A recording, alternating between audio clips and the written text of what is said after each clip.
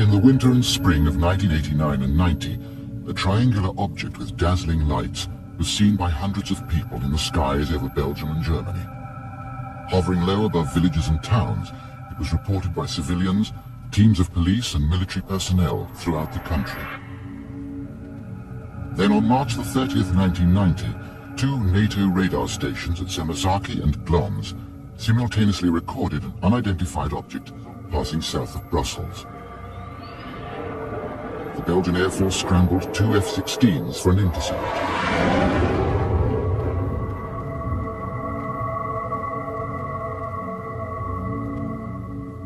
Their radars locked onto the object, the diamond shape, which suddenly drops 1,300 meters in 1 second. As it dropped below 200 meters, it vanished from all radar screens. The Air Force had no explanation. One scientist suggested the pilots were chasing a rare atmospheric phenomenon. But the chase lasted 75 minutes, the object was seen on no less than 5 radar screens, and the testimony of hundreds of eyewitnesses remains.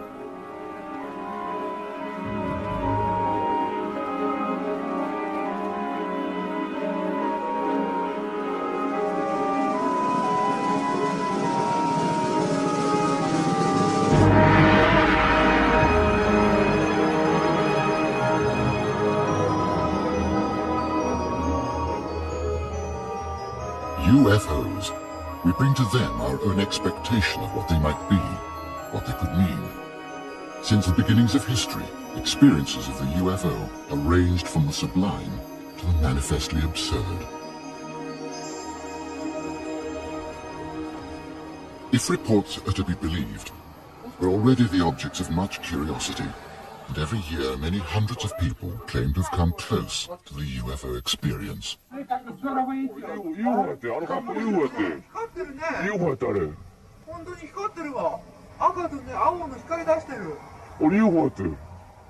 could not be a weather balloon, that's impossible. Well, it's going up and then going over, reappearing, and it's sort of going in a sort of circle, isn't it? Tell you what, please, I've got it on bloody film.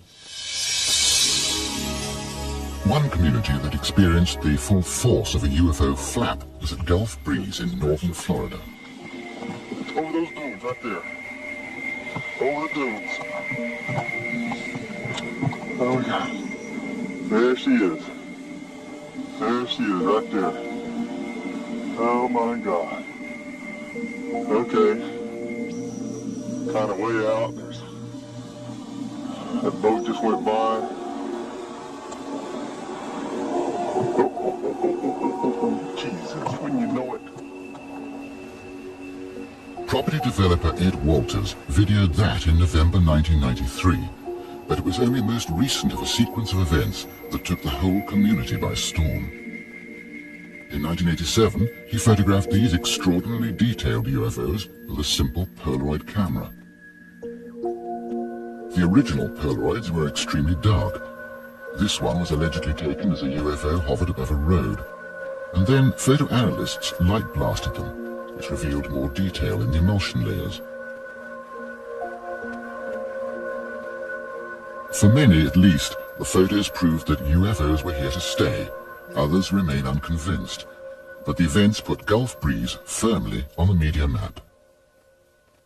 There are so many hundreds of other witnesses locally and thousands of other witnesses worldwide that maybe haven't been exposed to the media like I have because maybe they haven't written a book or they haven't for whatever reason. So I don't think that it's a Ed Walters story. I think that the UFO story stands on its own with thousands of other people standing up and saying, I know what I saw. With a naval base at the seaward end, the vast expanse of water and sky was ideal for the UFO enthusiasts beating a path to Gulf Breeze and nearby Pensacola. What is that baby doing? I don't know, it may look like it's moving around. I see 2 of them. Moving to the west, slowly. Whoa, whoa, whoa, whoa, whoa, what's going on up there? There's 2 of them. Look, look, look, drop. Look, look, look, look. What again? Yellow bug is right there! just dropped something out, Gary. Bruce and Ann Morrison now have 5 hours of video of the strange lights maneuvering above the bay. Look how it moves, Bruce. It's just... I was having lunch with a friend at work one day, and she had heard about the Gulf Breeze sightings, but they had not hit the papers in Pensacola. You know, Gulf Breeze is a little smaller community outside of Pensacola. And she started telling me about this man in Gulf Breeze who had taken all these beautiful pictures, and there had been articles about it in the Sentinel. And I remember my reaction was so strange because all of a sudden I looked at my arms and I had chill bumps all over me. It was just like, it was an overwhelming feeling of wonder, amazement, and extreme interest. 3 minutes, 29 seconds. Oh, it's turning white there. There's 3 of them. Yeah. Whoa, go, baby, go, Bubba. Come on over here and show us some more, Bubba. I can tell you right now, I have been out with people that would go bananas when they saw an airplane. In fact, there's a man that comes out occasionally with our group that every airplane that flies over to him is a UFO, and he will get mad and irate if you look at him and say that's an airplane. I mean, it can be a 727, 5,000 feet over your head coming into the landing pad at the Pensacola airport. This guy will look up at it and say, that's a UFO. And that's his right. But I know what I saw. I know what's on my phone. And if you want to believe it, fine. If you don't want to believe it, that's fine also. Whoa! Whoa, whoa! Oh, it's kind of green. Got a green halo around it, doesn't it? Did y'all see green around it? Yeah. All right. Not surprisingly, Ed's photographs seemed too good to be true, and he soon found himself attacked by the debunkers. Well, it's really kind of shocking. I'm an average fella. I build houses. I'm a working man, and to see something so extraordinary and tell about it, and then to be blasted, it's shocking. You just don't expect that kind of reaction. You expect people to say, oh my gosh, rather than, oh, you're crazy. Oh, the dudes. Oh yeah. There she is. There she is, right there. Oh my God. I would like for somebody in the military-industrial complex, for the world governments, I would like for somebody to come forward and say, don't worry, here's what it is, this is the answer, sleep well. But they don't do that. I think they don't know. I think that they're struggling just like we're struggling. I think that when there is a flap, a UFO flap, then I think that the military and the governments in the world are paying attention behind the scenes. The love-hate relationship between governments and UFOs was realized in the United States Air Force's Project Blue Book, set up to investigate cases like these during the 1950s and 60s.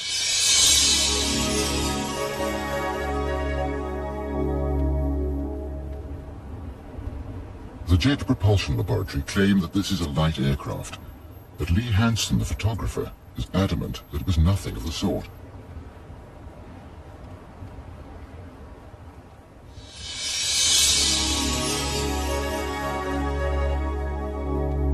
As James Waters drove through Monument Valley, a bright object sped past, followed by another a second later. Slowed down, the object seems to contract and expand. Official explanation, a meteorite. But two, one after the other.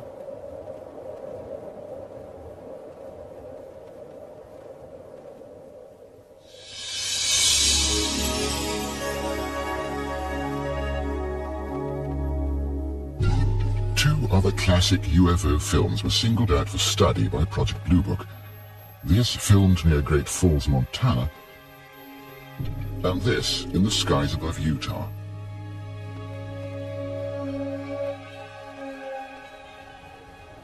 Alan Hynek, an astrophysicist, was brought in as a specialist consultant to the team.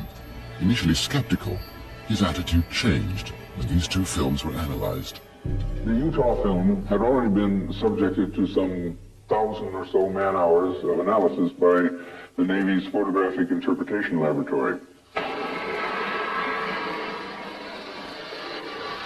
So the panel got up from their chairs and crouched around the wall to examine the films. They asked to have the films run several times, as a matter of fact. Now, the Navy had, on the basis of their detailed analysis of the Utah films, they had concluded that the objects shown in the films could not be birds, balloons, aircraft, and so forth, but indeed that they were self-luminous, unidentified objects. Despite this conclusion, the panel rejected it and concluded that the objects were birds. They couldn't be unidentified, therefore they had to be birds. I came away from the meeting and from the room with the distinct feeling, however, that the panel had deliberately moved to debunk the whole subject and not to give it the serious scientific attention which it deserved.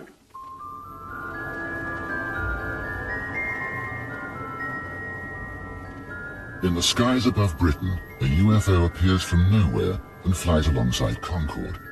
It seemed intelligently controlled, but cameras can lie. The flights were filmed with a specially designed periscope camera system, the Astrovision, which uses a complex arrangement of lenses and prisms. We asked Alan Tanner of the original British Airways film team to take a closer look. Now, this is probably the classic UFO shot that everybody refers to when they talk about UFOs and Concorde. Again, you will find that it looks very similar to other shots that we've got with funny little marks on it that people say, was this a UFO or wasn't it? Look at it closely and you'll find that there's that little spot of light coming there, which could be quite easily mistaken for a UFO. But in fact, it's quite possible that the sun, which was off to the left-hand side, had caught the front element of the Astrovision periscope system and would have caused an internal reflection. And I feel that that is really sums it all up. You will see that as the camera moves, so that little spot moves, and I don't think that's a UFO.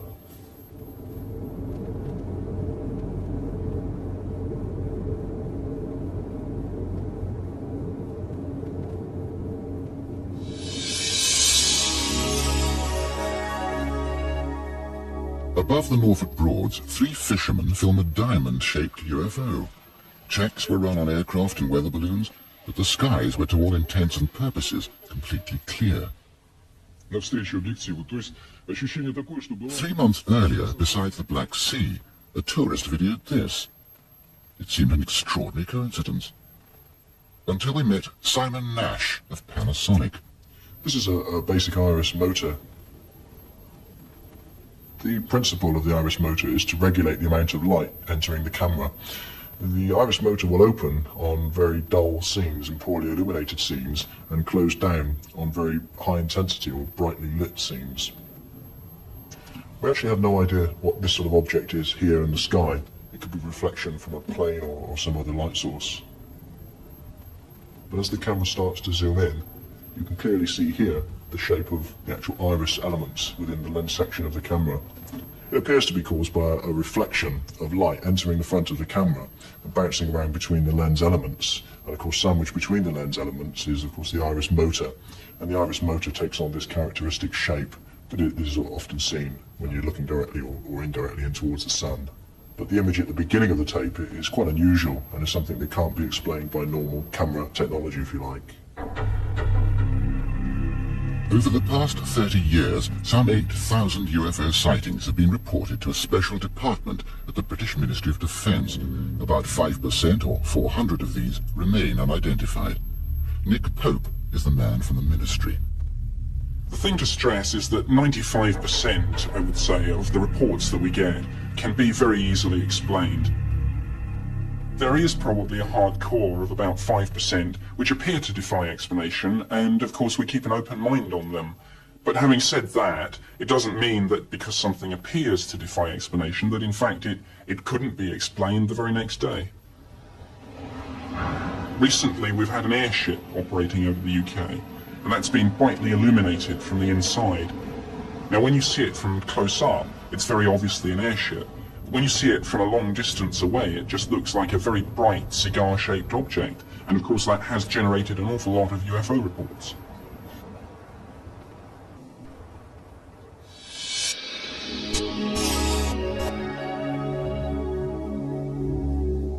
Many reports continue to defy rational explanation.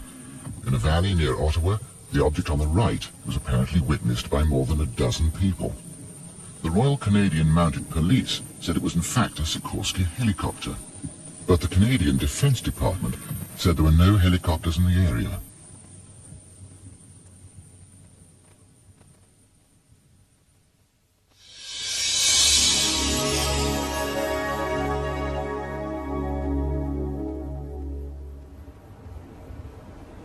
This curious object filmed above an English cornfield remains a mystery.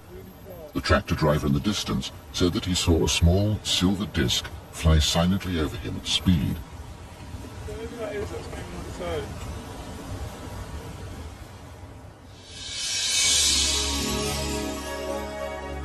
As a TV cameraman was setting up for a weather picture in Wisconsin, an object flashed past the window. It's traveling at over 1,000 miles an hour. He checked with a local airbase and with a NORAD defense network, but they had nothing to report.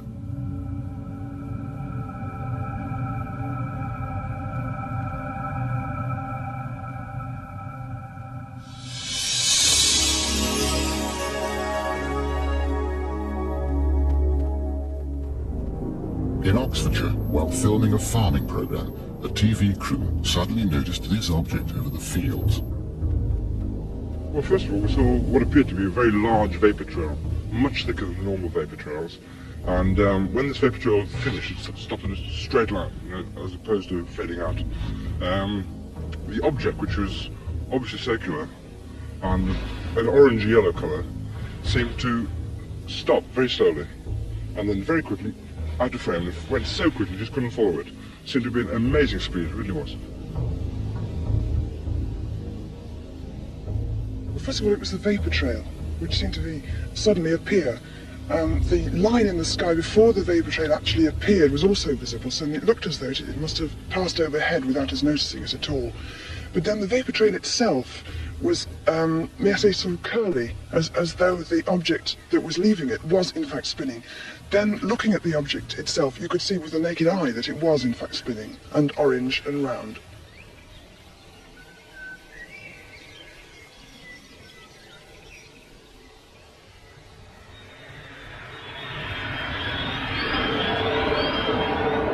Over 3,500 UFO reports worldwide have come from civilian and military pilots, people like Colonel Fletcher Prouty, who commanded an air squadron based in Tokyo in the 1950s. He was one of the 5 founders of the massive NORAD defense network. My aircraft were in the sky over half the world, regularly, all the time.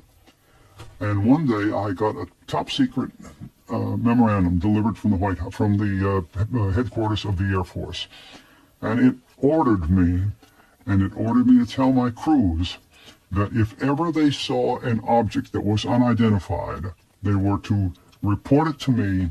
I was to set them down and take their depositions, sworn statements, and then mail them to a certain office in the Pentagon. And one day, one of my crews on a flight from Honolulu to Tokyo saw something that they had to report. And they walked in my office that morning, and the captain of the crew was an old acquaintance of mine. He said, "Colonel, I'm really a little embarrassed today." He said, "because we're going to get involved in a lot of paperwork." He said, "We saw an unidentified object flying beside our aircraft for over an hour last night between Midway and Tokyo with 60 passengers aboard. There's no way we can say that it wasn't seen and wasn't there." So I had 12 men in the crew. I had to set aside 12 rooms with 12 interrogators. We had them write their stories down, what they saw. I packaged that all up and sent it to the headquarters Air Force. Never heard another word from it. In America, secrecy remains the order of the day, partly a legacy of the Cold War and new weapons development. But in Russia, things seem to be changing. we were given unique access to leading military figures in the former Soviet Union who not only came forward with their own testimony, but discussed research projects linked to UFO incidents. Now, hundreds are reported every month to UFO groups and the military authorities.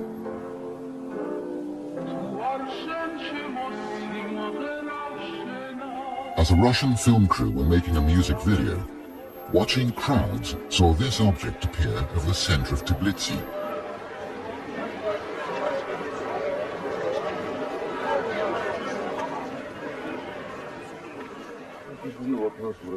In Moscow, a KGB officer and his family film a group of unidentified lights. Until very recently, people never dared report UFOs, let alone release pictures like these.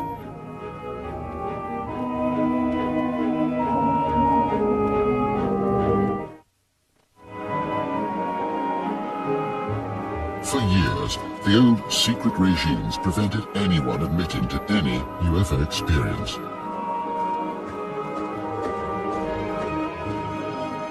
Now, for the first time, General Major Boris Surikov was able to tell us about an unidentified flying object encountered during the Second World War. As it approached, it electrically charged their bomber, threatening a massive fuel explosion. To save the plane, they jettisoned the bomb load, but reported their mission a complete success for fear of reprisals. A shape something like this. Here a ray of fire. This part is reddish. The bow is light, and it was flying at a great speed. It was lighting up the air around it. It looked like a miniature sunset. In the center there was a strange-looking flying object. It did not look at all like an anti-aircraft explosion. The diameter of a flare from an anti-aircraft missile explosion is about 10 meters. Here it was larger, and it was longer than our Buran or an Energia shuttle. I think it was about twice as long. And it isn't the type of thing which we or the Americans launch into space. One incident which revolutionized Russian military thinking about UFOs happened on the 20th of September 1977 at Petrozavodsk on the Russian-Finnish border. At about 4 in the morning, over 170 witnesses, including 20 border guards and police, saw a large, glowing object raining down beams of light. It hovered over the town for some 15 minutes before moving off towards the Finnish border. But it had been seen over a wide area for at least 4 hours before that.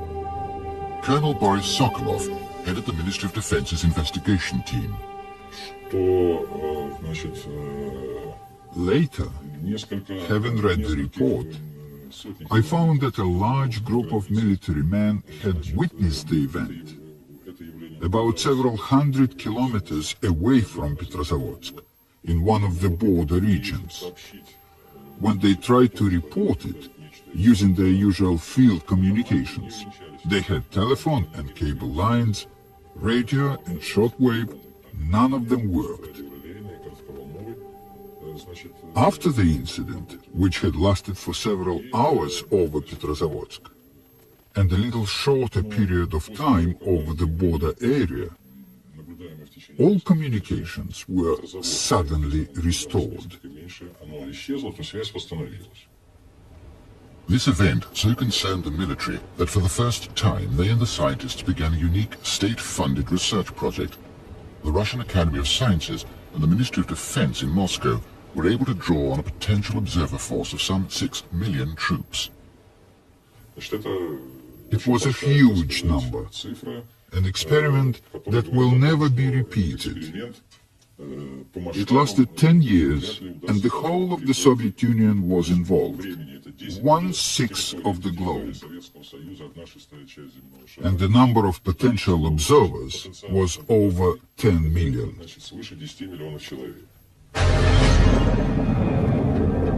Up until now, this incident has always been dismissed as disinformation, a cover story for secret rocket launching.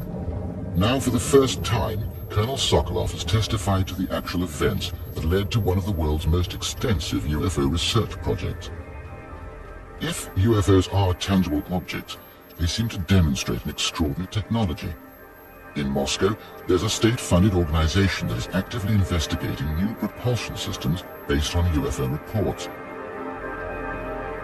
Dr. Anatoly Akimov is the director. We're not looking to limit our research objectives by just trying to explain abnormal physical experiments. What we're trying to do is to go beyond the normal investigative boundaries. If we believe, and we certainly have good reason to do so, that the UFOs exist as a real phenomenon, then naturally the question arises as to whether our contemporary science can come to some understanding of them.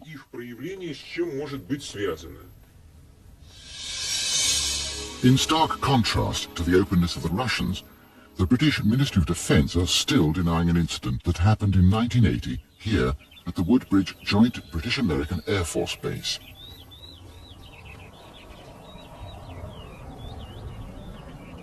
This was one of the busiest military air bases in the United Kingdom. Its activities were highly secret, and it held one of NATO's largest nuclear weapons stockpiles. It was in the early hours of December the 28th that two teams of base security officers left the East Gate to investigate strange lights in the forest. One team included the deputy base commander, Lieutenant Colonel Holt, and in the other group was Larry Warren, then aged 19. I'm standing in Rendlesham Forest. We're on December 28th to 29th, 1980. Just behind me, Colonel Holt and a group of NCOs and officers had their sighting of events, which is recorded on the tape that he made that night, about a quarter mile that way. My event took place right here, heading toward this farmer's field. I had no idea what was about to happen. No one else with me really did at that time at all, except that this field in front of me was illuminated with some very bright, strange light. I noticed that this giant oak tree here was illuminated as well. That was my first indication that something wasn't right in the field. As standard procedure, Lieutenant Colonel Holt was tape recording his team's progress through the forest. As they measured radiation levels, they spotted something through the trees. The voices you hear are from the actual tape. The pictures are a reconstruction.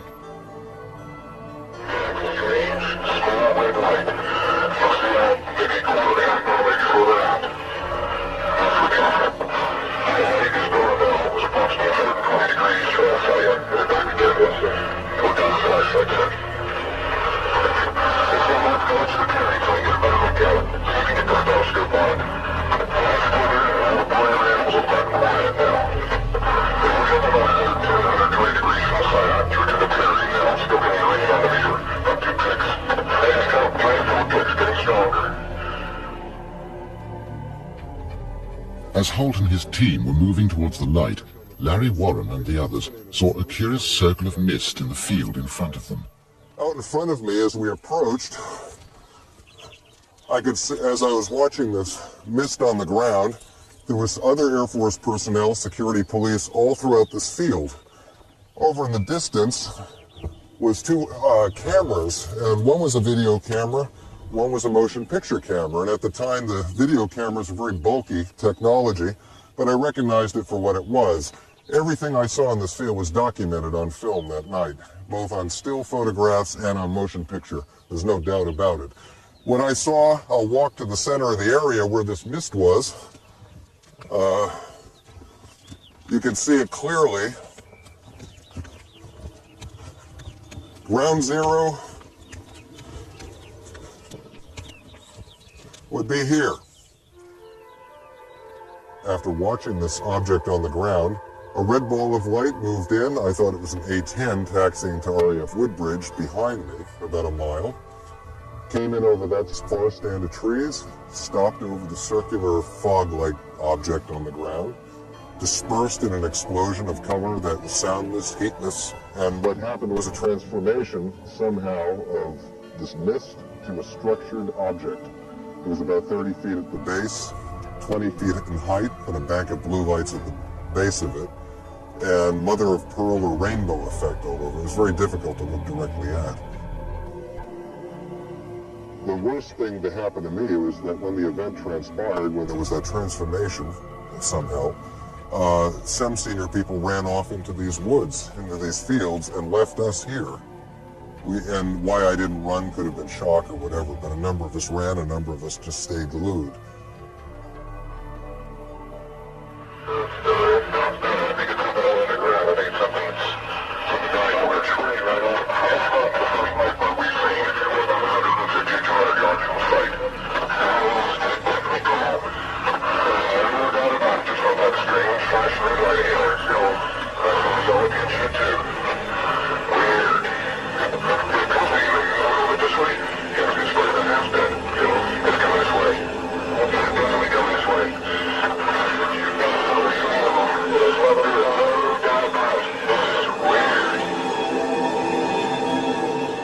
The military were not the only ones witnessing the events.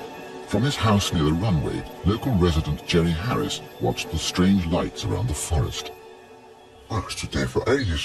I seemed like ages watching it, and they were dipping down behind the trees. They were going down behind the trees and coming back up again, and sort of zigzagging about.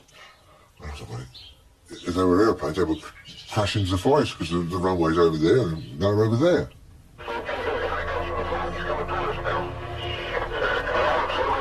I heard these noises over the base. I heard voices shouting. I couldn't hear what they were saying because there was a distance, but I could hear the wind was in my direction. And also then I heard vehicles start up and drive off. Well, I imagine anyone could have made this up if they were very imaginative. However, I don't know why someone would have chosen to make it up and then carry it on for 14 years when we all have certainly bills to pay, lives to live, other interests, you know. I don't think anyone could make this up. Not the evidence. Actually, you could remove me from the story and you still have a story there. It's just not going to go away. This one will never go away. A strict security clampdown, denials and other explanations quickly followed the incident. Orford Ness Lighthouse, 6 miles distant, was one. Others included meteorites, police cars and bright stars. The alleged films and photographs have never been released, but one abiding piece of evidence remains. Lieutenant Colonel Holt's report, authenticated as genuine by the British Ministry of Defence.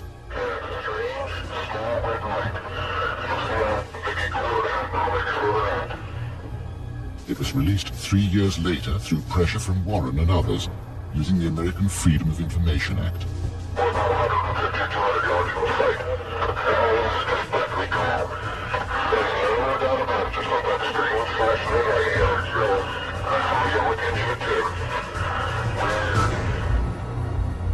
I wasn't there at the time of the Woodbridge sighting, so I can't be sure what happened. It may well be that no explanation was found for what happened that night, but when we find no evidence of a threat, our involvement ends, so something can be unexplained, but not necessarily lead to any further official work.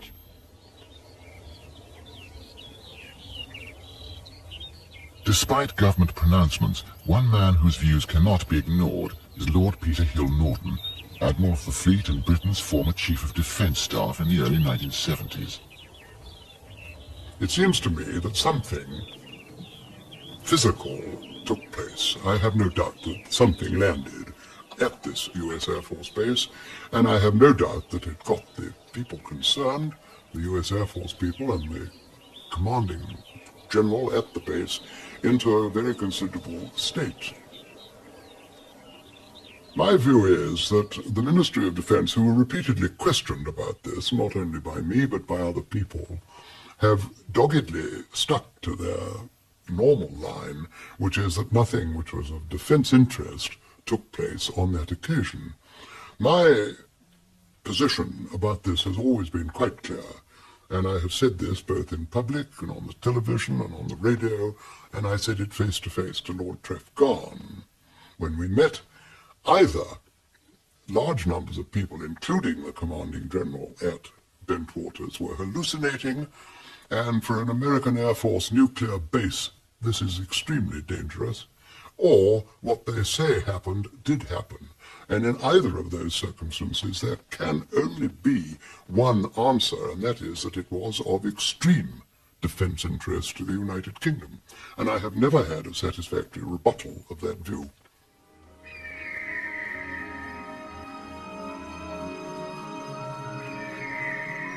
Most UFO incidents are reported by ordinary people, and more often than not the event itself can be deeply traumatic. But more traumatic is the secrecy machine that moves into action to deny, to ridicule, or even to threaten those who've unwittingly experienced something quite out of the ordinary. As a small community discovered when a UFO allegedly crashed near Roswell in New Mexico. He said, "You did not see anything. There was no crash here. You don't go into town and making any rumors that you saw anything, that there was any crashes."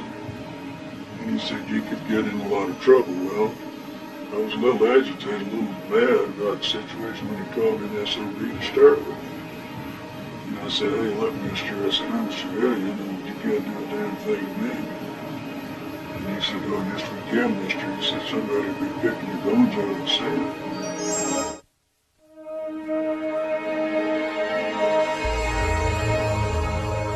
The case of the crashed disc and its alien occupants has become an enduring UFO classic. On July the 2nd, 1947, near Roswell in New Mexico, an extraordinary collection of metallic and other debris was discovered by Mac Brazel, scattered widely over his ranch lands. A few days later, he contacted local Sheriff George Wilcox, who called the Roswell Army Air Base. They sent Major Jesse Marcel to investigate and to collect as much debris as possible. The Army issued a press release saying they'd recovered a crashed disc. But later that day, Major General Ramey denied the report, saying the debris was simply a grounded weather balloon.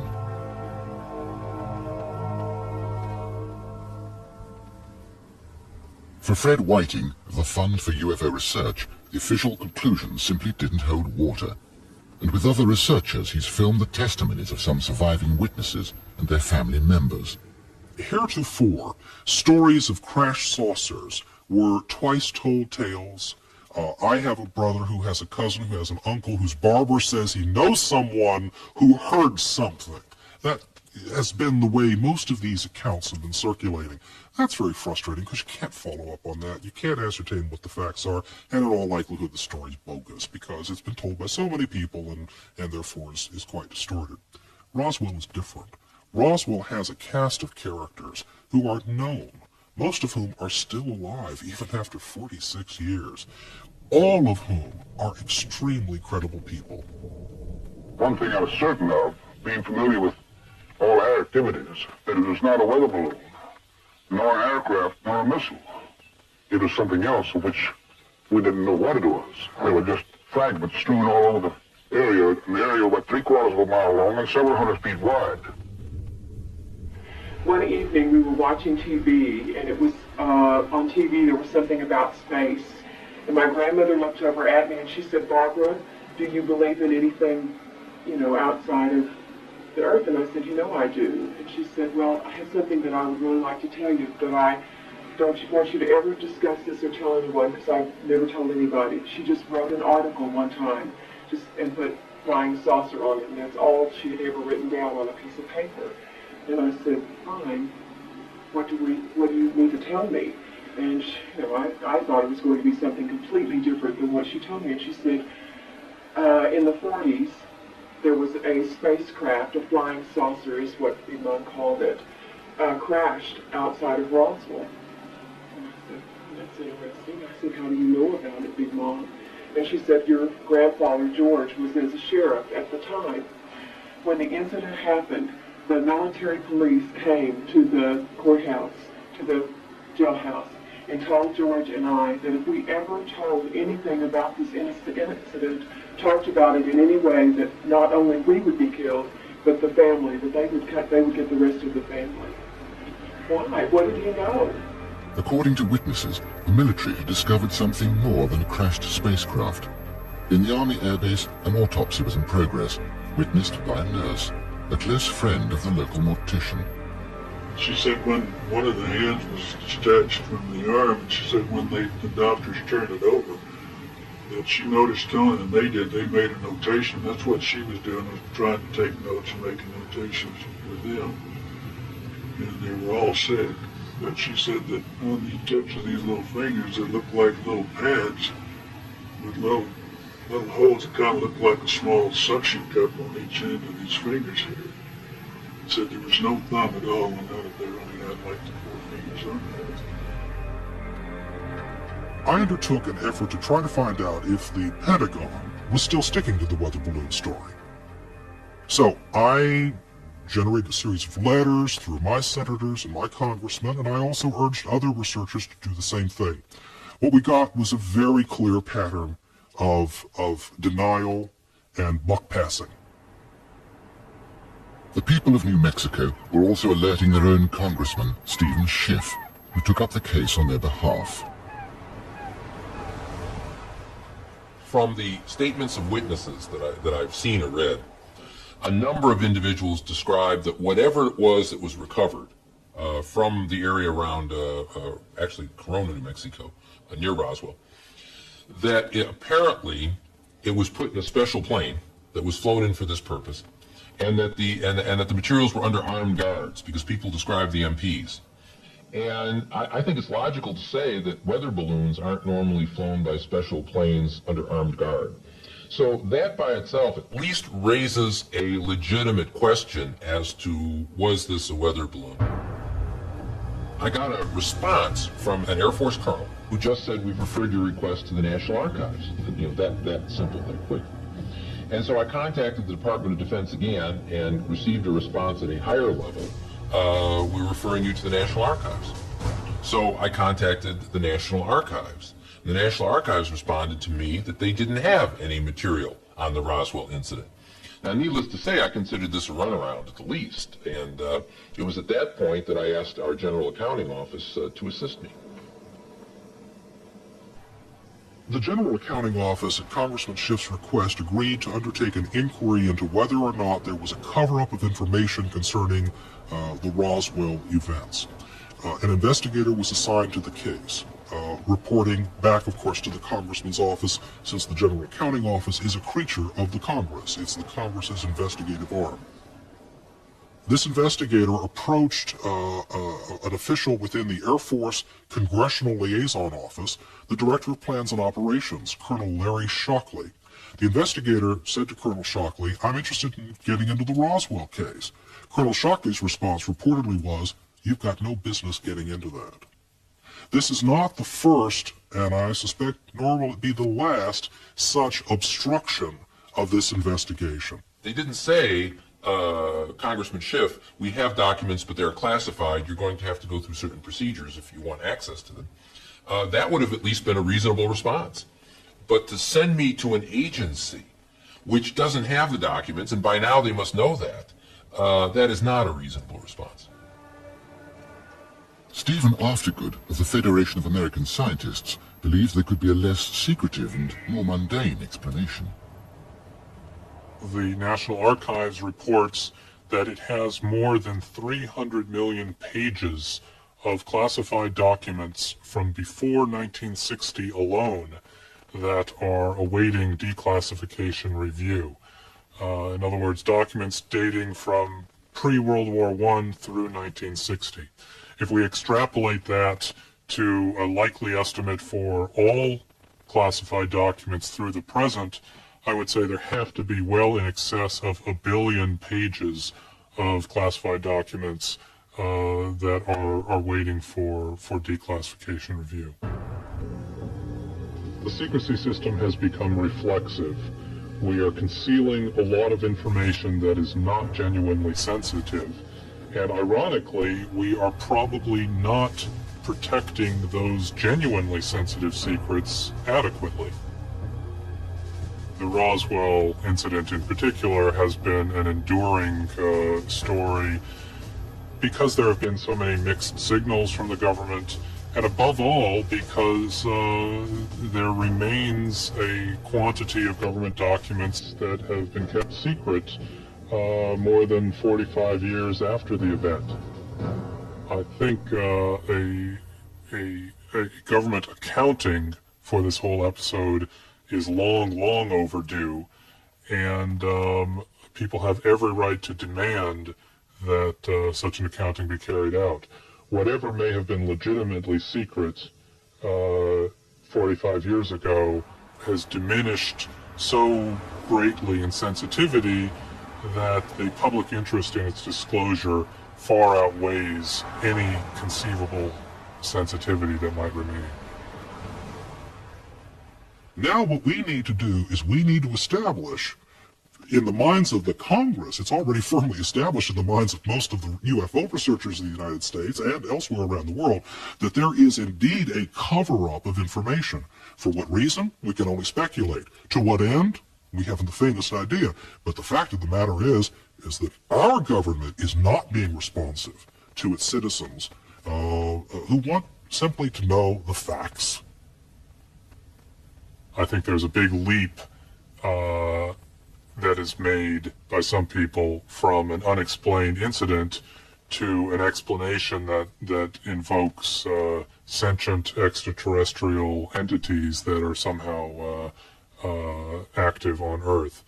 I am not personally cognizant of any evidence to support that, but certainly there is a vast quantity of government documentation on the phenomenon of unidentified flying objects of one sort or another.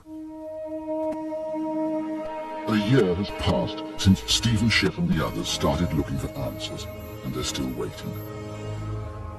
The latest information is that all the documentation or methods traffic between the relevant air bases for the years 1945 to 1950 has been completely destroyed, contrary to government regulations. So the real truth behind Roswell may never be known. Whatever Roswell tells us, and whatever the outcome, the fact is that UFOs simply won't go away. And as thousands of reports continue to flood in year by year, people will be looking for answers. Whether they find them depends on how open our governments choose to be.